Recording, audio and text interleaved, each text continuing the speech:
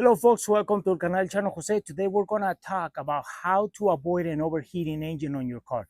So we're gonna share some basic information that you can apply and use, so that way when you go for a long trip, you don't get caught with an overheating engine, so you can make it to the destination and back without problems. And with that, let's jump right into it. The things that can help you to avoid an overheating engine and some other problems that can rise in the future is to pop the hood once in a while just to check and see how your engine looks normally. Because if you open it once in a while here and there, and then you notice something weird or something out of the ordinary, then you can catch it yourself and you don't have to wait until there's a noise or something going on underneath the hood to pop the hood, and then you don't know what's normal. So if you here and there check your engine, then you're gonna know what's normal and what's not normal when it happens. So because some of us might wait until the last minute until there's a noise coming out from the underneath the hood, and by the time we open the hood, then we need to perform expensive repairs, and then by then it's too late. One of the biggest reasons why people end up in the side of the road with an overheated engine is because they never check that liquid on their cooling system. So that liquid might be so low that the engine doesn't have any liquid to circulate that to cool down that engine. If you're going for a trip or you haven't ever opened the hood of your car, go in there, check the liquid or the level on the reservoir, and if you need some coolant, go buy that recommended for that manufacturer or your car, and then don't open the system while it's hot. Let it cool down, then open the system, fill up your reservoir or your system up to the level where it needs to be, and then that's going to avoid you an overheating and ending up on the side of the road where you're going to have to fix that engine, or even worse, replace that engine. Another thing that can create an overheating is that there's so much stuff and trash and bugs and little things caught in the radiator, because our radiator sits on the front of the engine, and when the air hits the front, it goes through the fins of the radiator and dissipates the heat.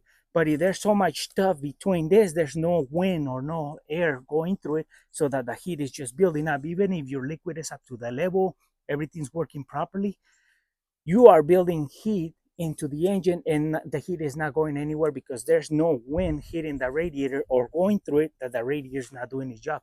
So there's liquids that you can apply to it, wash it with low pressure so the bugs come out. And then if you don't feel comfortable doing that, there's places that they can do it for fairly cheap than replacing an engine. So if you do a visual inspection and you notice that there's a lot of bugs and a lot of trash, you might want to clean that radiator before going into a bigger trip, because that might be the problem, or that might be causing you a problem later on when you're out in the road. So once you clean the radiator, then the radiator is going to start cooling down as it should, because the wind is hitting that radiator and going through it and dissipating, getting rid of the heat. So if that's not happening, you're going to have an overheating engine. So cleaning the radiator is cheaper than a new engine.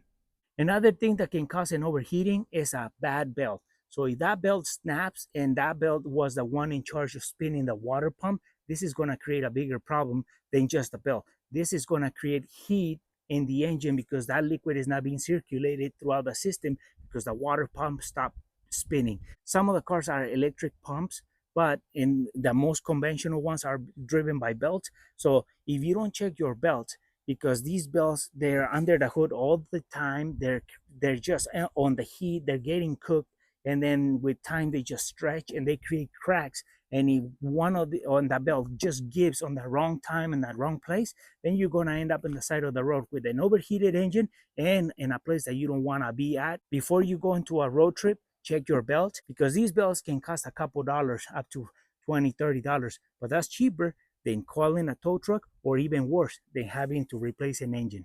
So another thing that can cause an overheating, it might be a bad radiator cap. And if this is happening where this radiator cap is broken or is not tightening and is liquid coming out, you just go to the auto parts, and just with the info of your car, you buy a new one, and you can do this replacing yourself. But remember, don't do this while the system is hot and under pressure, because that one with an overheated or burn is going to be you, and you might even end up in the hospital because this system is so hot that it's going to burn your skin. So once you buy that component, wait until the system cools down completely, and then you can replace it without getting burned. Hoses are another component that might be going bad. because they might dry and crack, or they might build a high point where it looks like a bubble and it might is about to burst. And if you put the car in an uphill and you force that engine, it creates pressure and more heat, and that hose is just gonna give. So before that happens, you wanna buy it, and these are not expensive. So if you see that a hose is not looking right, then you can replace it. But remember, when the system is cooled down, and then once you replace it, it's gonna save you a lot of money, because a hose, it might cost you 20, 30, $60. But remember, it's cheaper than a tow truck or a new engine. Other components that can create an overheating, it might be a water pump or a thermostat. And these are components that is a little harder to troubleshoot. But if you start noticing your car that sometimes is the temperatures are a little higher than normal, well, you might want to check into it, because it might be a thermostat that starts to fail. And if that fails, it's gonna create a big problem. So if you have a high mileage engine on your car and you never change the thermostat or the water pump, it might be time to replace those components and invest a little bit, so you avoid replacing an engine.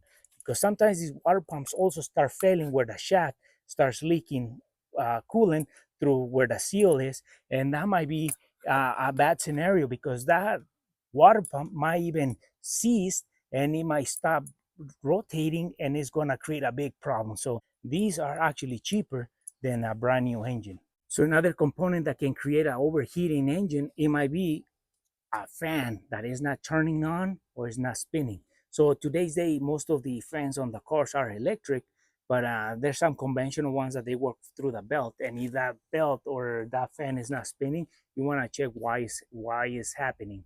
So that's why belts are so important to replace too, because that might be the one in charge of spinning the fan.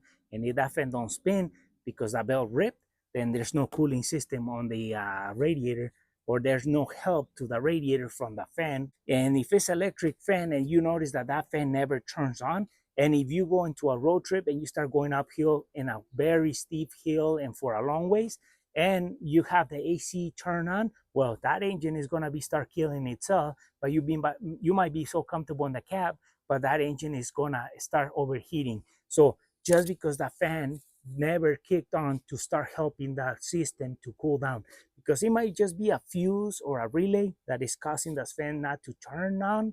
But if that fan is not turning on and everything looks good, might be your fan that is broken.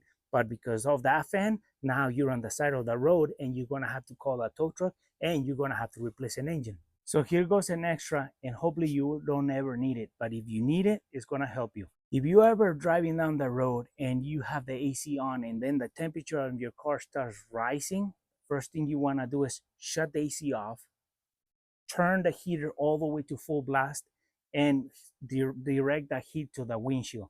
Because what's happening in the cab, there's this little radiator that goes into inside the cab, that it has liquid circulating from the engine. So what you're doing is you're actually flowing some cooler air from the outside through this and getting the heat and dissipating it into the cab.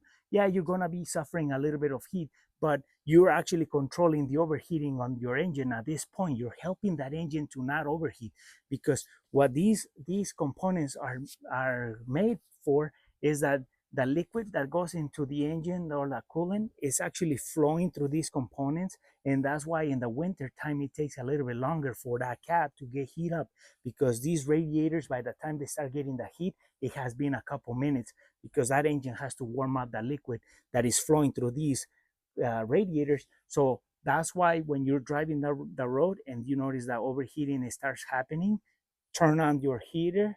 You're going to help that engine to not overheat as faster than it should. So you're going to start helping to control the temperature. So now you get to the side, depending on how the temperature is looking. And if you had to stop to the side, stop.